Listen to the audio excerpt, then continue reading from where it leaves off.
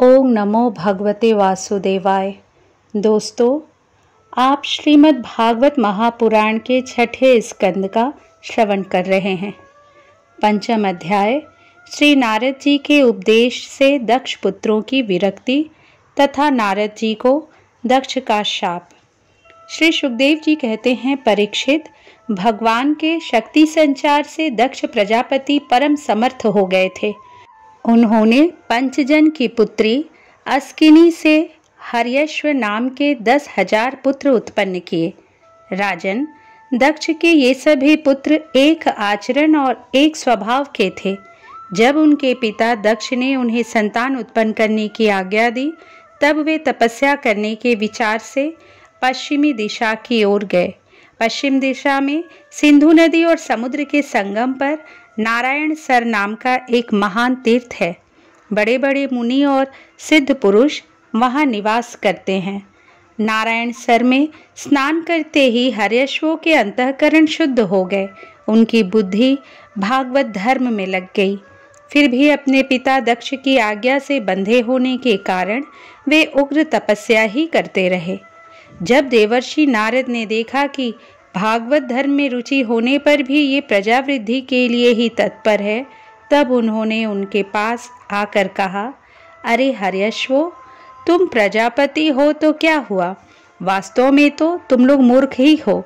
बतलाओ तो, जब तुम लोगों ने पृथ्वी का अंत ही नहीं देखा, तब सृष्टि कैसे करोगे? बड़े खेद की बात है। देखो, एक ऐसा देश है जिसमें एक ही पुरुष है। एक ऐसा बिल है जिससे बाहर निकलने का रास्ता ही नहीं है। एक ऐसी स्त्री है जो बहुरूपिणी है। एक ऐसा पुरुष है जो व्याभिचारिणी का एक पति है। एक ऐसी नदी है जो आगे पीछे दोनों ओर बहती है। एक ऐसा विचित्र घर है जो 25 पदार्थों से बना है। एक ऐसा हंस है जिसकी कहानी बड़ी विचित्र है। एक ऐसा चक्र है जो छुरे एवं वज्र से बना हुआ है और अपने आप घूमता रहता है। मूर्ख हर्यश्वो, जब तक तुम लोग अपने सर्वज्ञ पिता के उचित आदेश को समझ नहीं लोगे और इन उपर्युक्त वस्तुओं को देख नहीं लोगे, तब तक उनके आदेशानुसार सृष्टि कैसे कर सकोगे? श्री सुखदेव जी कहते हैं, परीक्षित, हर्यश्व जन्म से ही बड़े बुद्धिमान थे। वे देवर्षि नारद की यह पहेली, ये गूढ़ वचन सुनकर अपनी बुद्धि से स्वयं ही विचार करने लगे। देवर्षि नारद का कहना तो सच है। यह लिंग शरीर ही, जिसे साधारणतः जीव कहते हैं, पृथ्वी है और यही आत्मा का अनादि बंधन है। इसका अंत देखे बिना मोक्ष के अनुपयोगी कर्मों में लगे रहने से क्या लाभ है? सचमुच ईश्वर एक ही है। वह जागृत आदि तीनों अवस्थाओं और उनके अभिमानियों से भिन्न उनका साक्षी तुरी है। वही सबका आश्रय है, परंतु उसका आश्रय कोई नहीं है। वही भगवान है। उस प्रकृति आदि से अतीत नित्य मुक्त परमात्मा को देखे बिना भगवान के प्रति असमर्पित कर्मों से जीव को क्या लाभ है? जैसे मनुष्य बिल रूप पाताल में प्रवेश करके वहां से नहीं लौट पाता, वैसे ही जीव जिसको प्राप्त होकर फिर संसार में नहीं लौटता, जो स्वयं अंतर ज्योति स्वरूप है, उस परमात्मा को जाने बिना विनाशवान स्वर्ग आदि फल देने वाले कर्मों को करने से क्या लाभ है? यह अपनी बुद्धि ही बहुरूपिणी और सत्व रज आदि गुणों को धारण करने वाली व्याभिचारिणी स्त्री के समान है। इस जीवन में इसका अंत जाने बिना, विवेक प्राप्त किए बिना अशांति को अधिकाधिक बढ़ाने वाले कर्म करने का प्रयोजन ही क्या है? यह बुद्धि ही उल्टा स्त्री के समान है। इसके संग से जीव रूप पुरुष का ऐश्वर्य, इसकी स्वतंत्रता नष्ट हो गई है।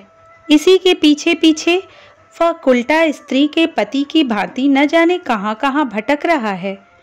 इसकी विभिन्न गतियों चालों को जाने बिना ही विवेक रहित कर्मों से क्या सिद्धि मिलेगी?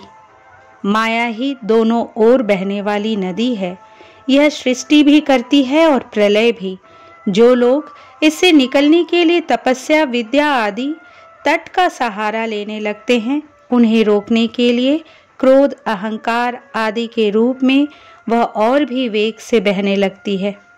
जो पुरुष उसके वेग से विवश एवं अनभिज्ञ है, वह माइक कर्मों से क्या लाभ उठाएगा। ये 25 तत्व ही एक अद्भुत घर है। पुरुष उनका आश्चर्यमय आश्रय है। वही समस्त कार्य कारणात्मक जगत का अधिष्ठाता है। यह बात न जानकर सच्चा स्वातंत्र्य प्राप्त किए बिना झूठी स्वतंत्रता से किए जाने वाले कर्म व्यर्थ ही है। भगवान का स्वरूप बतलाने वाला शास्त्र हंस के समान नीर क्षीर विवेकी है। वह बंध मोक्ष चेतन और जड़ को अलग अलग करके दिखा देता है। ऐसे आध्यात्म शास्त्र स्वरूप हंस का आश्रय छोड़कर उसे जाने बिना बहिर्मुख बनाने वाले कर्मों से लाभ ही क्या है। यह काल ही एक चक्र है। यह निरंतर घूमता रहता है। इसकी धार छुरे और वज्र के समान तीखी है और यह सारे जगत को अपनी ओर खींच रहा है। इसको रोकने वाला कोई नहीं। यह परम स्वतंत्र है। यह बात न जानकर कर्मों के फल को नित्य समझकर जो लोग सकाम भाव से उनका अनुष्ठान करते हैं, उन्हें उन अनित्य कर्मों से क्या लाभ होगा। शास्त्र ही पिता है, क्योंकि दूसरा जन्म शास्त्र के द्वारा ही होता है और उसका आदेश कर्मों में लगना नहीं, उनसे निवृत्त होना है। इसे जो नहीं जानता वह गुणमय शब्द आदि विषयों पर विश्वास कर लेता है। अब वह कर्मों से निवृत्त होने की आज्ञा का पालन भला कैसे कर सकता है। परीक्षित, हर्यश्वों ने एक मत से यही निश्चय किया और नारद जी की परिक्रमा करके वे उस मोक्ष पथ के पथिक बन गए जिस पर चलकर फिर लौटना नहीं पड़ता। इसके बाद देवर्षि नारद स्वर ब्रह्म में संगीत लहरी में अभिव्यक्त हुए। भगवान श्री कृष्ण चंद्र के चरण कमलों में अपने चित्त को अखंड रूप से स्थिर करके लोक लोकांतरों में विचरने लगे। परीक्षित, जब दक्ष प्रजापति को मालूम हुआ कि मेरे शीलवान पुत्र नारद के उपदेश से कर्तव्यच्युत हो गए हैं, तब वे शोक से व्याकुल हो गए।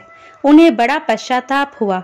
सचमुच अच्छी संतान का होना भी शोक का कारण ही है।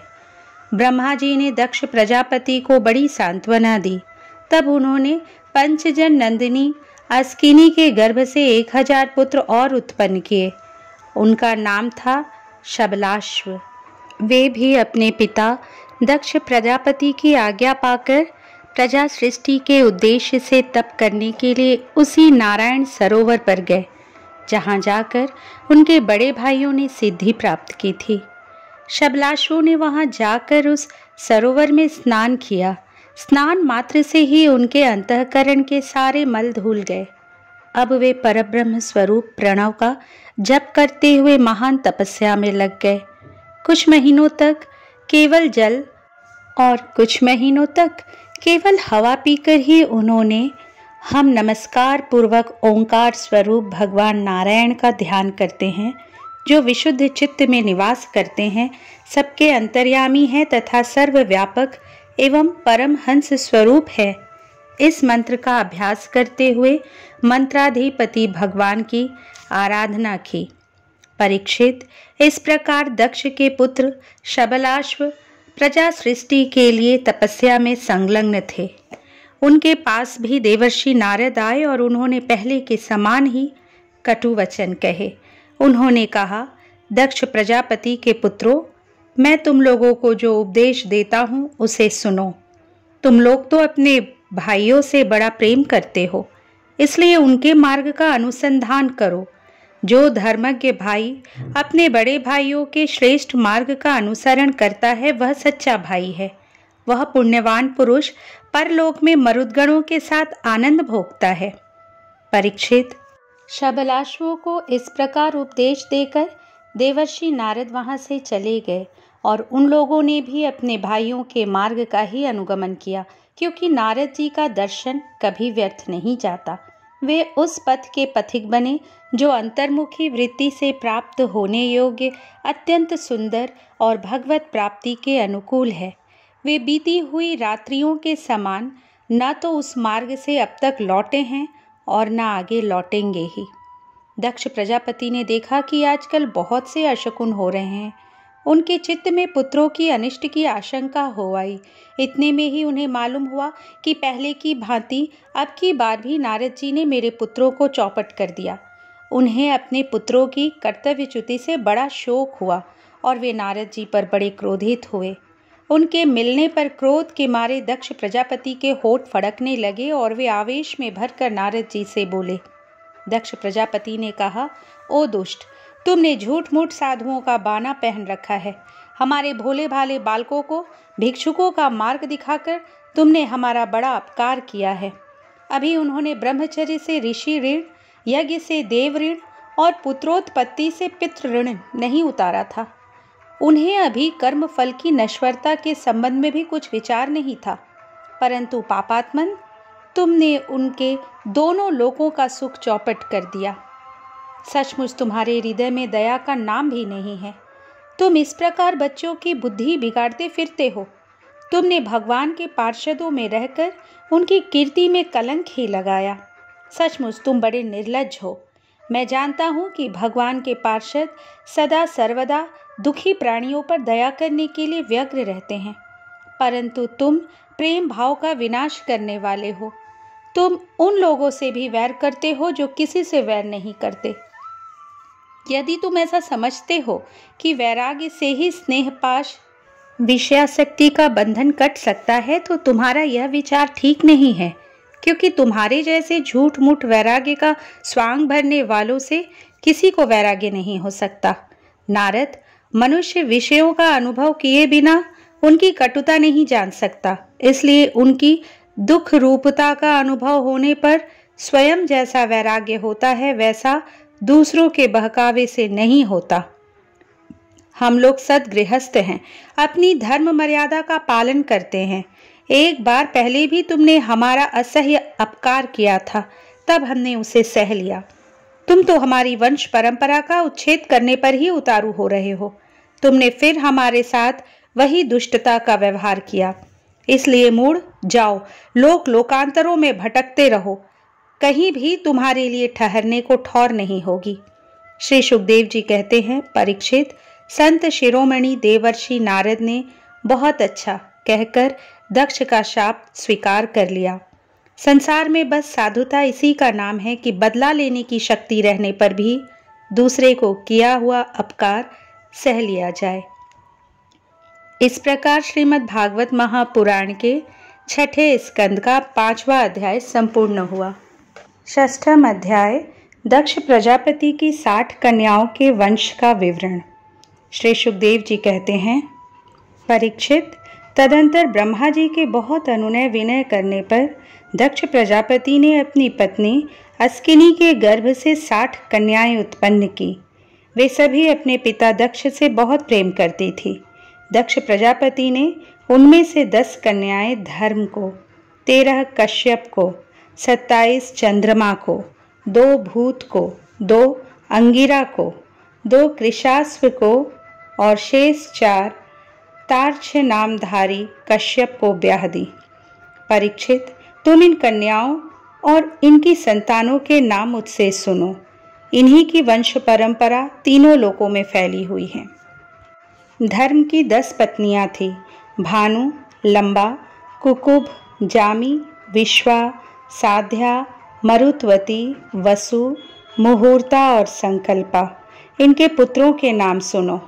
राजन, भानु का पुत्र देव ऋषभ और उसका इंद्रसेन था। लंबा का पुत्र हुआ विद्योत और उसके मेघगण। कुकुब का पुत्र हुआ संकट, उसका किकट, और किकट के पुत्र हुए पृथ्वी के संपूर्ण दुर्गों के अभिमानी देवता। जामी के पुत्र का नाम था स्वर्ग और उसका पुत्र हुआ नंदी। विश्वा के विश्वदेव हुए, उनके कोई संतान न हुई। साध्या से साध्यगण हुए और उनका पुत्र हुआ अर्थ सिद्धि। मरुत्वती के 2 पुत्र हुए, मरुत्वान और जयंत। जयंत भगवान वासुदेव के अंश हैं, जिन्हें लोग उपेंद्र भी कहते हैं। मुहूर्ता से मुहूर्त के अभिमानी देवता उत्पन्न हुए। ये अपने अपने मुहूर्त में जीवों को उनके कर्म अनुसार फल देते हैं। संकल्पा का पुत्र हुआ संकल्प और उसका काम। वसु के पुत्र 8 वसु हुए। उनके नाम मुझसे सुनो। द्रोण, प्राण, ध्रुव, अर्क, अग्नि, दोष, वसु और विभावसु। द्रोण की पत्नी का नाम है अभिमति। उससे हर्ष, शोक, भय आदि के अभिमानी देवता उत्पन्न हुए। प्राण की पत्नी ऊर्जस्वती के गर्भ से सह आयु और पुरोजव नाम के 3 पुत्र हुए। ध्रुव की पत्नी धरणी ने अनेक नगरों के अभिमानी देवता उत्पन्न किए।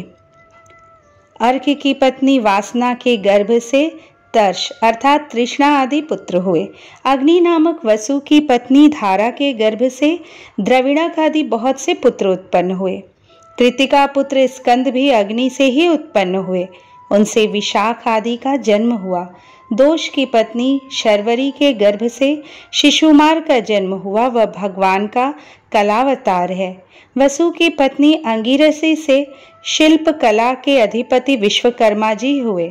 विश्वकर्मा के उनकी भार्या कृति के गर्भ से चाक्षुष मनु हुए और उनके पुत्र विश्वेदेव और साध्यगण हुए।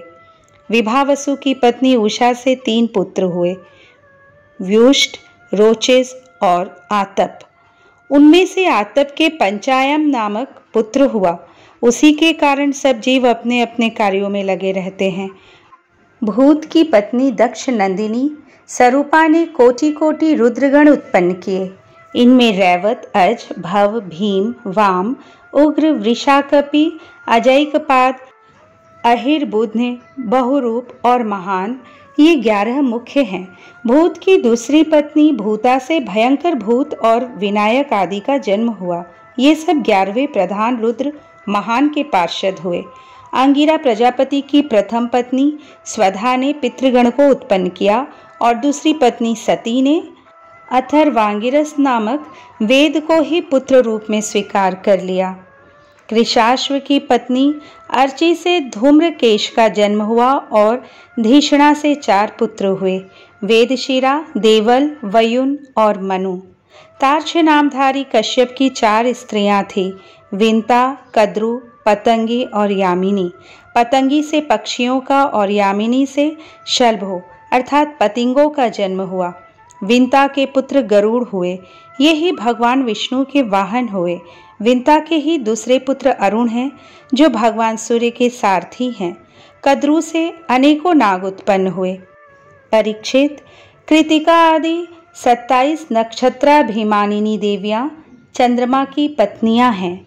रोहिणी से विशेष प्रेम करने के कारण चंद्रमा को दक्ष ने शाप दे दिया, जिससे उन्हें क्षय रोग हो गया था।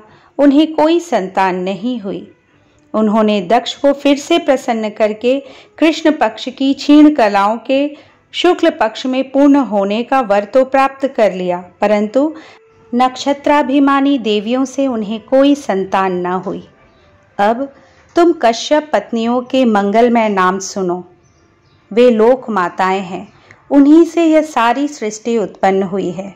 उनके नाम हैं अदिति, दिति, दनु, काष्ठा, अरिष्टा, सुरसा, इला, मुनि, क्रोधवशा, ताम्रा, सुरभि, शर्मा और तिमि।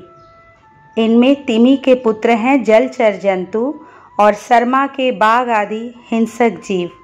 सुरभि के पुत्र हैं भैंस, गाय तथा दूसरे 2 खुर वाले पशु। ताम्रा की संतान है बाज, गीध आदि शिकारी पक्षी। मुनि से अप्सराएं उत्पन्न हुई। क्रोध वशा के पुत्र हुए सांप, बिच्छू आदि विषैले जंतु। इला से वृक्षलता आदि पृथ्वी में उत्पन्न होने वाली वनस्पतियां और सुरसा से यातुधान अर्थात राक्षस। अरिष्टा से गंधर्व और काष्ठा से घोड़े आदि 1 खुर वाले पशु उत्पन्न हुए। दनु के 61 पुत्र हुए। उनमें प्रधान प्रधान के नाम सुनो। द्विमूर्धा शंभर, अरिष्ट, हयग्रीव, विभावसु, अयोमुख, शंकुशिरा, स्वरभानु, कपिल, अरुण, पुलोमा, वृषपर्वा, एक चक्र, अनुतापन, धूम्रकेश, विरूपाक्ष, विप्रचित्ति और दुर्जय। स्वरभानु की कन्या सुप्रभा से नमुची ने और वृषपर्वा की पुत्री शर्मिष्ठा से महाबली नहुष नंदन ययाति ने विवाह किया। दनु के पुत्र वैश्वानर की 4 सुंदरी कन्याएं थीं। इनके नाम थे उपदानवी, हैशिरा, पुलोमा और कालका। इनमें से उपदानवी के साथ हिरण्याक्ष का और हैशिरा के साथ क्रतु का विवाह हुआ। ब्रह्मा जी की आज्ञा से प्रजापति भगवान कश्यप ने ही वैश्वानर की शेष 2 पुत्रियों पुलोमा और कालका के साथ विवाह किया। उनसे पैलोम और कालके नाम के 60,000 रणवीर दानव हुए। इन्हीं का दूसरा नाम निवात कवच था। ये यज्ञ कर्म में विघ्न डालते थे, इसलिए परीक्षित तुम्हारे दादा अर्जुन ने अकेले ही इन्हें इंद्र को प्रसन्न करने के लिए मार डाला। यह उन दिनों की बात है जब अर्जुन स्वर्ग में गए हुए थे। विप्रचित्ति की पत्नी सिंहिका के गर्भ से 101 पुत्र उत्पन्न हुए। उनमें से सबसे बड़ा था राहु, जिसकी गणना ग्रहों में हो गई। शेष 100 पुत्रों का नाम केतु था। परीक्षित, अब क्रमशः अदिति की वंश परंपरा सुनो। इस वंश में सर्वव्यापक देवाधिदेव नारायण ने अपने अंश से वामन रूप में अवतार लिया था। अदिति के पुत्र थे विवस्वान, अर्यमा, पूषा, त्वष्टा, सविता, भग, धाता, विधाता, वरुण, मित्र, इंद्र और त्रिविक्रम। यही 12 आदित्य कहलाएं। विवस्वान की पत्नी महाभागीवती संज्ञा के गर्भ से श्राद्धदेव, मनु एवं यमी का जोड़ा पैदा हुआ। संज्ञा ने ही घोड़ी का रूप धारण करके भगवान सूर्य के द्वारा भूलोक में दोनों अश्विनी कुमारों को जन्म दिया। विवस्वान की दूसरी पत्नी थी छाया। उसके शनैश्चर और सावर्णी मनु नाम के 2 पुत्र तथा तप्ती नाम की एक कन्या उत्पन्न हुई। तप्ती ने संवरण को पति रूप में वरण किया। अर्यमा की पत्नी मातृका थी। उसके गर्भ से चर्षणी नामक पुत्र हुए। वे कर्तव्य अकर्तव्य के ज्ञान से युक्त थे, इसलिए ब्रह्मा जी ने उन्हीं के आधार पर मनुष्य जाति की कल्पना की। पूषा के कोई संतान ना हुई। प्राचीन काल में जब शिवजी दक्ष पर क्रोधित हुए थे, तब पूषा दांत दिखाकर हंसने लगे थे, इसलिए वीरभद्र ने इनके दांत तोड़ दिए थे। तब से पूषा पिसा हुआ अन्न ही खाते हैं। दैत्यों की छोटी बहन कुमारी रचना त्वष्टा की पत्नी थी। रचना के गर्भ से 2 पुत्र हुए, संनिवेश और पराक्रमी विश्वरूप। इस प्रकार विश्वरूप यद्यपि शत्रुओं के भांजे थे, फिर भी जब देवगुरु बृहस्पति ने इंद्र से अपमानित होकर देवताओं का परित्याग कर दिया, तब देवताओं ने विश्वरूप को ही अपना पुरोहित बनाया था। इस प्रकार श्रीमद् भागवत महापुराण के 6ठे स्कंद का 6ठा अध्याय संपूर्ण हुआ।